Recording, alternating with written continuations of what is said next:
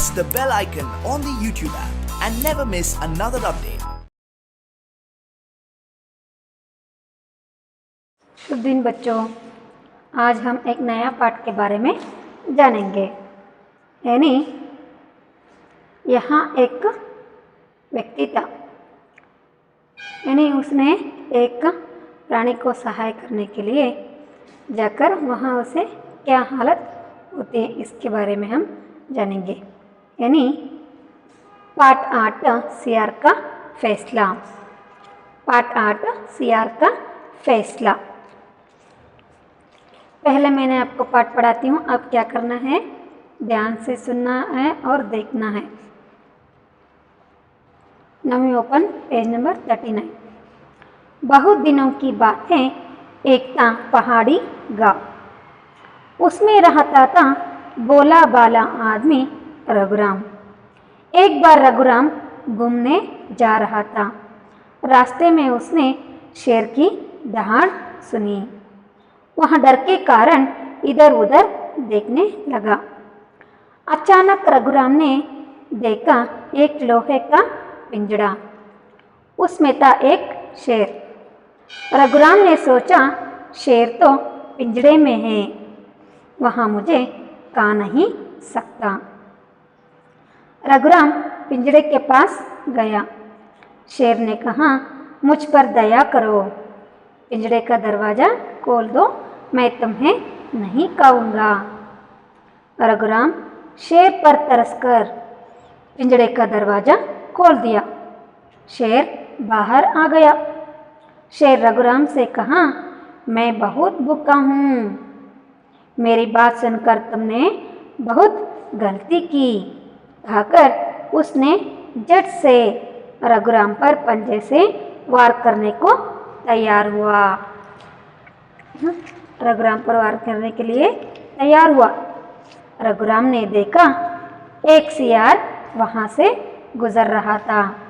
एक सियार वहाँ से गुजर रहा था।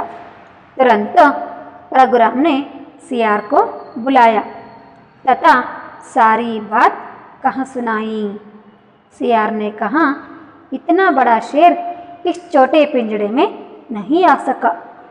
शेर को गुस्सा आया, वहाँ छलांग मारकर पिंजड़े में बैठ गया। दहाड़ कर शेर कहने लगा, लो मैं पिंजड़े में हूँ। सियार तुरंत पिंजड़े का दरवाज़ा बंद कर दिया। सियार ने शेर से कहा, महाराज, अपने वचन तोड़ा सो आपको उसकी सजा मिलनी चाहिए। नीति, हमें अपना वचन निभाना चाहिए।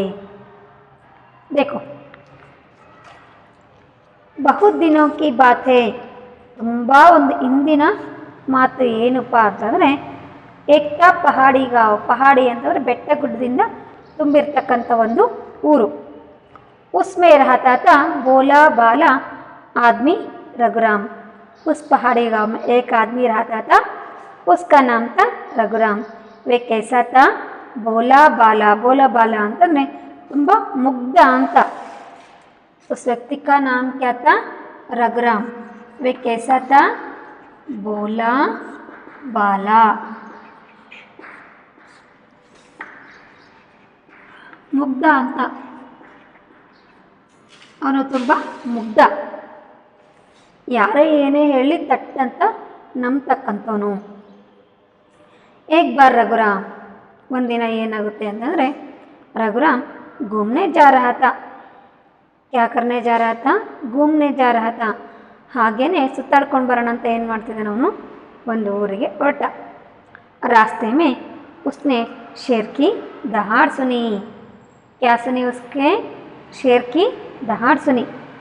वहाँ डर के कारण इधर उधर देखने लगा। ನಾವು ಕೂಡ ತುಂಬ ದಟ್ಟವಾಗಿರ್ತಕ್ಕಂಥ ಕಾಡು ಅಲ್ವಾ, ದಟ್ಟವಾಗಿರ್ತಕ್ಕಂಥ ಕಾಡು। ಆ ಕಾಡಿನ ಮಧ್ಯದಲ್ಲಿ ಏನು ಮಾಡ್ತಿದ್ದೀವಿ, ನಾವು ಹೋಗ್ತಾ ಇದ್ದೀವಿ। ಆ ಒಂದು ಟೈಮಲ್ಲಿ ನಮಗೆ ಏನಾದರೂ ಸೌಂಡ್ ಕೇಳ್ತು ಅಂತಾರೆ, ಸಿಂಹದ ಒಂದು ಗರ್ಜನೆನೋ ಆನೆ ಕೂಗೋ ಒಂದು ಸೌಂಡು ಕೇಳಿದಾಗ ನಾವೇನು ಮಾಡ್ತೀವಿ, ಹೆದ್ರ್ಕೊಂಡು ಬಿಡ್ತೀವಿ।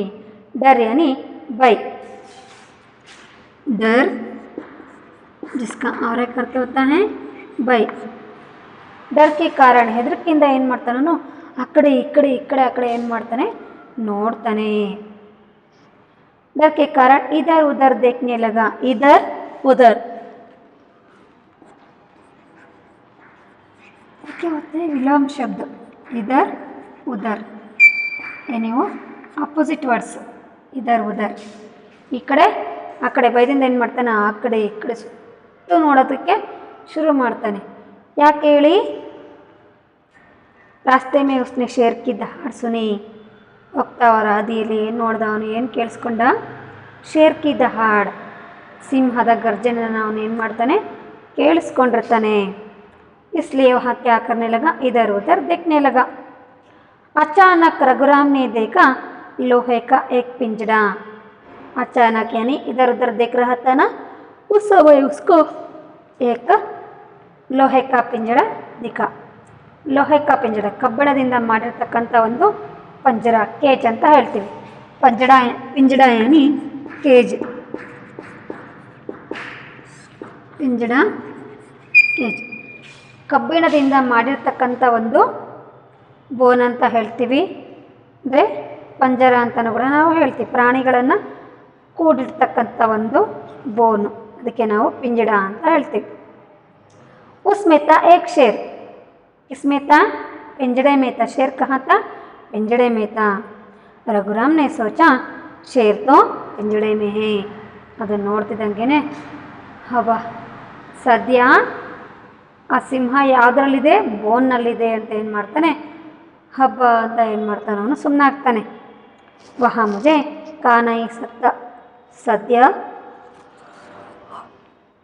ಅದು ಸದ್ಯ ಬೋನ್ನಲ್ಲಿದೆ, ನನ್ನನ್ನು ತಿನ್ನೋದಿಲ್ಲ ಅಂತ ಏನು ಮಾಡ್ತಾನೆ ನಿಟ್ಟುಸಿರು ಬಿಡ್ತಾನೆ. ಓಡಿ ಬಂದಿರ್ತೀರಿ ಅವಾಗ ಹಬ್ಬ ಇನ್ನೂ ಮೇಲಾಗಿಲ್ಲ ಅಂತ ಏನು ಮಾಡ್ತೀರಿ ನೀವು?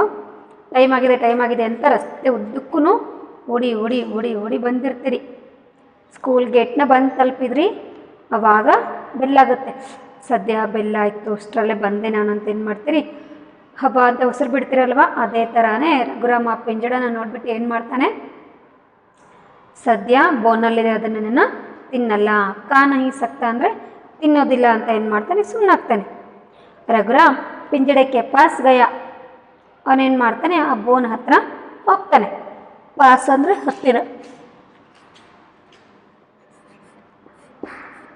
पास हत्तीरा,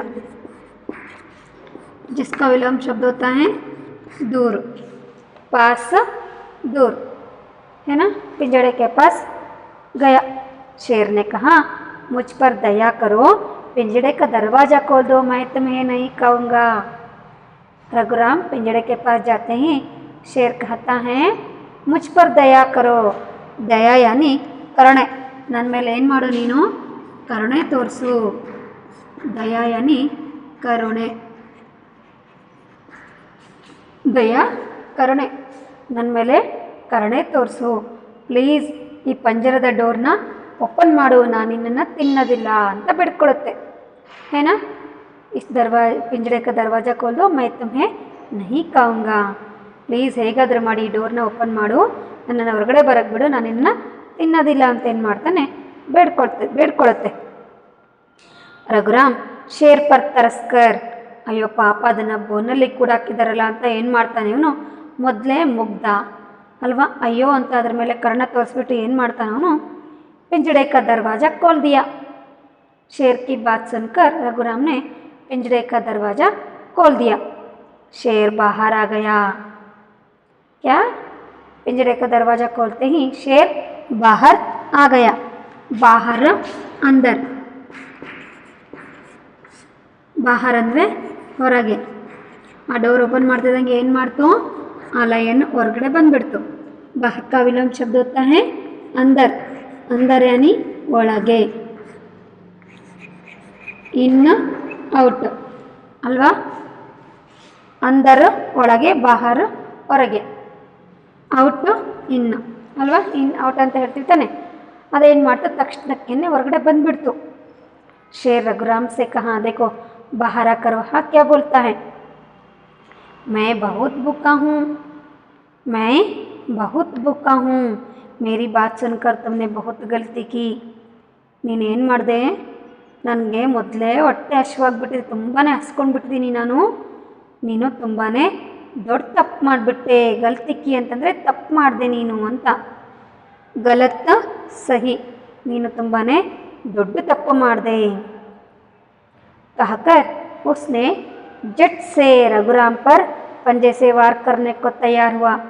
ತಕ್ಷಣಕ್ಕೆ ಏನು ಮಾಡ್ತದು ಹಾಗಂತ ಹೇಳಿದ ತಕ್ಷಣ ಏನಂತ ಹೇಳ್ತು, ಕ್ಯಾ ಬೋಲಾ ಶೇರ್ನೆ, ಮೇರಿ ಬಾತ್ ಸುನ್ಕರ್ ತುಮ್ನೆ ಬಹುತ್ ಗಲ್ತಿ ಕಿ कहकर अपने पंजे से वार करने को ಶುರು ಕಿಯಾ. ತನ್ನ ಚೂಪಾಗಿರ್ತಕ್ಕಂಥ ನೇಲ್ಸು ಅಂದರೆ ಒಂದು ಕಾಲಲ್ಲಿರ್ತಕ್ಕಂಥ ನೇಲ್ಸು, ಪಂಜೆ ಅಂತಂದರೆ ಉಗುರು ಅಂತ ನಾವು ಹೇಳ್ತೀವಿ, ಅಂದರೆ ಚೂಪಾಗಿ ಮೊನಚಾಗಿರ್ತಕ್ಕಂಥ ಉಗುರು. ಸಿಂಹದ ಕಾಲಲ್ಲಿ ಯಾವ ರೀತಿಯಾಗಿರ್ತಕ್ಕಂಥ ಚೂಪಾಗಿರ್ತಕ್ಕಂಥ ನೇಲ್ಸ್ ಇರ್ತಾವಲ್ವ, ಪಂಜೆನೇ ಕಾಲಲ್ಲಿರ್ತಕ್ಕಂಥ ಮೊನಚಾಗಿರ್ತಕ್ಕಂಥ ಉಗುರು. ಆ ಉಗುರಿಂದ ಏನು ಮಾಡುತ್ತೆ, ಅಟ್ಯಾಕ್ ಮಾಡೋದಕ್ಕೆ ಶುರು ಮಾಡುತ್ತೆ. ವಾರ್ ಕರ್ನೆಕೋ ತಯಾರುವ, ವಾರನಿ ಅಟ್ಯಾಕ್ ಮಾಡೋದಕ್ಕೆ ಏನು ಮಾಡುತ್ತದೋ ಶುರು ಮಾಡುತ್ತೆ. रघुराम ने देखा एक सियार वहाँ से गुजर रहा था. उतने में ही एक सियार यानी फॉक्स, सियार फॉक्स,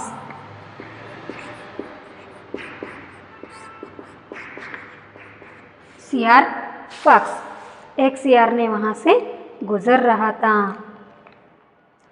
तुरंत रघुराम ने सियार को बुलाया. ತಕ್ಷಣಕ್ಕೆ ಏನು ಮಾಡ್ತಾನೆ ರಘುರಾಮ್ನೆ, ತುರಂತ ತಕ್ಷಣ ರಘುರಾಮ್ ಸಿಯಾರ್ಕೋ ಬುಲಾಯ, ಏನು ಮಾಡ್ತಾನೆ ಅವನು ಆ ಒಂದು ಫಾಕ್ಸ್ನ ಕರಿತಾನೆ. ಖಾಕರ್ ಸಾರಿ ಬಾತ್ ಕಹಾ ಸುನಾಯಿ, ಎಲ್ಲ ವಿಷಯನೂ ಕೂಡ ಅವನು ಏನು ಮಾಡ್ತಾನೆ ಹೇಳ್ದ. ಏನು ಅವನು ಅದನ್ನು ಪಂಜರನ ನೋಡಿದ್ದು, ಅದರ ಹತ್ರ ಹೋಗಿದ್ದು, ಅವಾಗ ಸಿಂಹ ಏನಂತ ಹೇಳಿತ್ತು ಅವನಿಗೆ, ಪ್ಲೀಸ್ ಡೋರ್ ಓಪನ್ ಮಾಡು, ನಾನು ನಿನಗೆ ತಿನ್ನೋದಿಲ್ಲ ಅಂತ ಹೇಳ್ತು. ನಾನು ಹಾಗಾಗಿ ಕರುಣೆ ತೋರಿಸ್ಬಿಟ್ಟು ಏನು ಮಾಡಿದೆ, ನಾನು ಅದರ ಡೋರ್ನ ಓಪನ್ ಮಾಡಿದೆ. ಆದರೆ ಇದೇನು ಮಾಡ್ತು, ಡೋರ್ ಓಪನ್ ಮಾಡ್ತಿದ್ದಂಗೆ ಹೊರಗಡೆ ಬಂದುಬಿಟ್ಟು ನನ್ನ ಮೇಲೇ ಅಟ್ಯಾಕ್ ಮಾಡೋದಕ್ಕೆ ಬಂತು ಅಂತ ಏನು ಮಾಡ್ತಾನೆ, ಎಲ್ಲ ವಿಷಯನೂ ಆ ಒಂದು ನರಿ ಹತ್ರ ಹೇಳ್ತಾನೆ. ಸಿಯಾರ್ನೇ ಕಹಾ, ಇತ್ನಾ ಬಡಾ ಶೇರ್ ಇಷ್ಟು ಚೋಟೆ ಪಿಂಜಡೆ ಮೇ ನಹೀ ಆ ಸಕ. ಮೊದಲೇ ಅದೆಂಥ ಪ್ರಾಣಿ, ಗುಳ್ಳೆ ನರಿ ಅಂತ ಹೇಳ್ತೀವಿ, ಅಂದರೆ ಕಷ್ಟದಲ್ಲಿ ಇರ್ತಕ್ಕಂಥವ್ರಿಗೆ ಯಾವ ರೀತಿಯಾಗಾದರೂ ಹೆಲ್ಪ್ ಮಾಡುತ್ತಲ್ವ ನರಿ, ಆ ಒಂದು ನರಿ ಬುದ್ಧಿ ಅಂತ ನಾವು ಹೇಳ್ತೀವಿ ನೋಡಿ. ಕಷ್ಟದಲ್ಲಿದ್ದಾಗ ಯಾವ ರೀತಿ ತಪ್ಪಿಸ್ಕೋಬೇಕು ಅನ್ನೋದಕ್ಕೆ ಅದು ಎಕ್ಸಾಂಪಲ್ನ ನಾವು ಕೊಡ್ಬೋದು. ಕಷ್ಟದಲ್ಲಿದ್ದಾಗ ಯಾವ ರೀತಿ ನಾವು ತಪ್ಪಿಸ್ಕೋಬೋದು, ಯಾವ ರೀತಿಯಾಗಿ ಪಾರಾಗ್ಬೋದು, ಏನು ಉಪಾಯ ಮಾಡಿದರೆ ಆ ಕಷ್ಟದಿಂದ ನಾವು ಆ ತೊಂದರೆಯಿಂದ ತಪ್ಪಿಸ್ಕೊಳ್ಬೋದು ಅನ್ನೋದಕ್ಕೆ ಎಕ್ಸಾಂಪಲ್. ಸಿಯಾರ್ನೆ ಕಹಾ ಇತ್ನಾ ಬಡಾ ಶೇರ್, ಇಷ್ಟು ದೊಡ್ಡ ಲಯನ್ನು ಎಷ್ಟು ಚಿಕ್ಕ ಪಂಜರದಲ್ಲ, ಇದೆಲ್ಲನ ಸಾಧ್ಯನಾ? ನಹಿ ಆಸಕ, ಇಷ್ಟು ಚೋಟೆ ಪಿಂಜಡೆ ಮೇ ನಹಿ ಆಸಕ, ಇಷ್ಟು ಚಿಕ್ಕ ಪಂಜರದಲ್ಲಿ ಇಷ್ಟೊಂದು ದೊಡ್ಡ ಆಳವಾಗಿರ್ತಕ್ಕಂಥ, ಇಷ್ಟು ದೊಡ್ಡ ಆಕಾರದಲ್ಲಿರ್ತಕ್ಕಂಥ ನೀನು ಇಷ್ಟು ಚಿಕ್ಕ ಪಂಜರದಲ್ಲ ಹೇಗೆ ಬರೋಕ್ಕೆ ಸಾಧ್ಯ ಅಂತ ಏನು ಮಾಡುತ್ತೆ, ಹೀಯಾಳಿಸುತ್ತೆ ಆ ಲಯನ್ಗೆ. ಶೇರ್ಕೋ ಗುಸ್ಸಾಯ, ಆ ಫಾಕ್ಸ್ ಆಗಿ ಹೇಳ್ತಿದ್ದಂಗೆ ತುಂಬಾ ಸಿಟ್ಟು ಬಂದುಬಿಡ್ತು.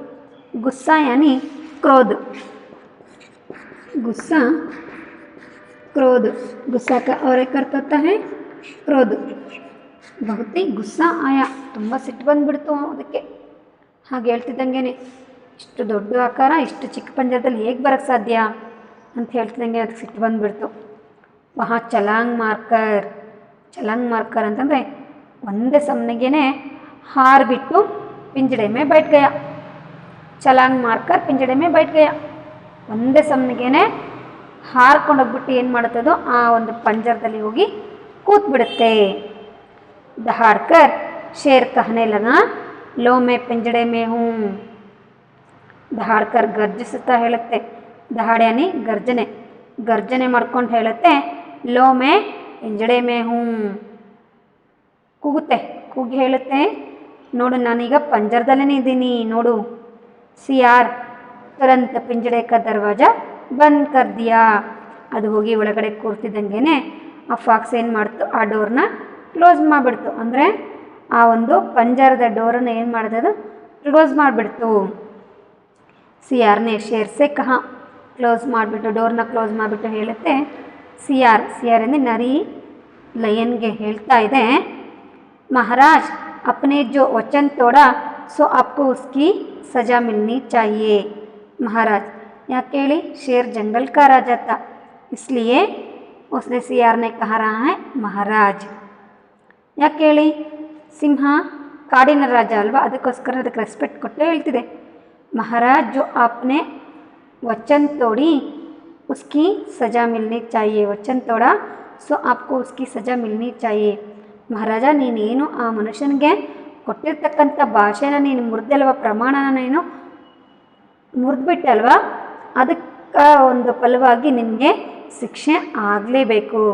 ಸಜಾ ಅಂತಂದರೆ ಶಿಕ್ಷೆ, ಸಜಾ ಯಾನಿ ಶಿಕ್ಷೆ, ಪನಿಷ್ಮೆಂಟು।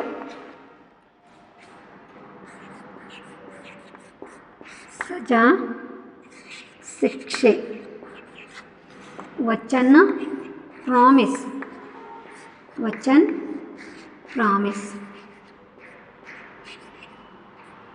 ವಚನ ಪ್ರಾಮಿಸ್, ನೀನೇನು ಆ ಪ್ರಾಮಿಸ್ನ ಮಾಡಿದ್ದೆ ಅಲ್ವ ನೀನು ಅದನ್ನು ಮುರಿದು ಬಿಟ್ಟೆ ನೀನು, ಇಸ್ಲಿಯೇ ಉಸ್ಕಿ ಸಜಾ ಮಿಲ್ನಿ ಚಾಹಿಯೆ, ಅದಕ್ಕಾಗಿ ನಿನಗೆ ಶಿಕ್ಷೆ ಆಗಲೇಬೇಕು ಅಂತ ಏನು ಮಾಡುತ್ತದೋ ಹೇಳುತ್ತೆ।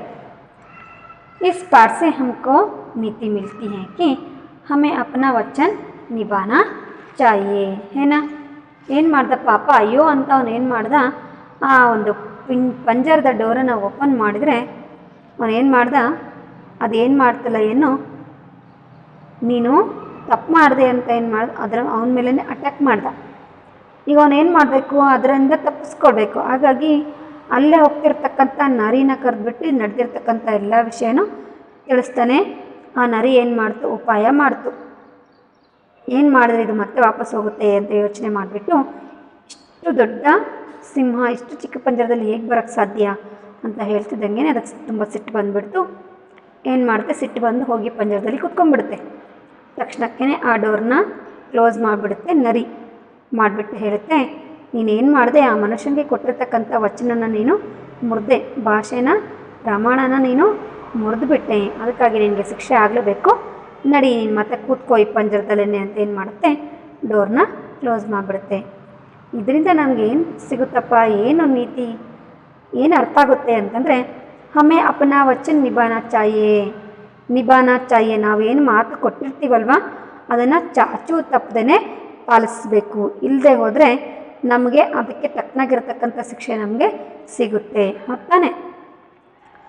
ನಾವು ಯಾರಿಗಾದ್ರೂ ಒಂದು ಭಾಷೆನ ಕೊಟ್ವಿ ಅಂತಂದರೆ, ಮಾತನ್ನ ಕೊಟ್ವಿ ಅಂತಂದರೆ, ಈಗ ಫಾರ್ ಎಕ್ಸಾಂಪಲ್ಲು ನೀವು ಇವತ್ತು ಹೋಮ್ವರ್ಕ್ ಮಾಡ್ಕೊಂಬಂದಿರೋದಿಲ್ಲ ಅಂತ ತಿಳ್ಕೊಳ್ರಿ, ನಾವೇನು ಮಾಡ್ತೀವಿ, ಪಾಪ ಅಲ್ಲ ಅಂತ ಏನು ಮಾಡ್ತೀವಿ, ನಾಳೆ ಮಾಡ್ಕೊಂಡು ಬರಲಿ ಅಂತ ನಿಮಗೆ ವಾರ್ನ್ ಕೊಟ್ಟು ಬಿಡ್ತೀವಿ।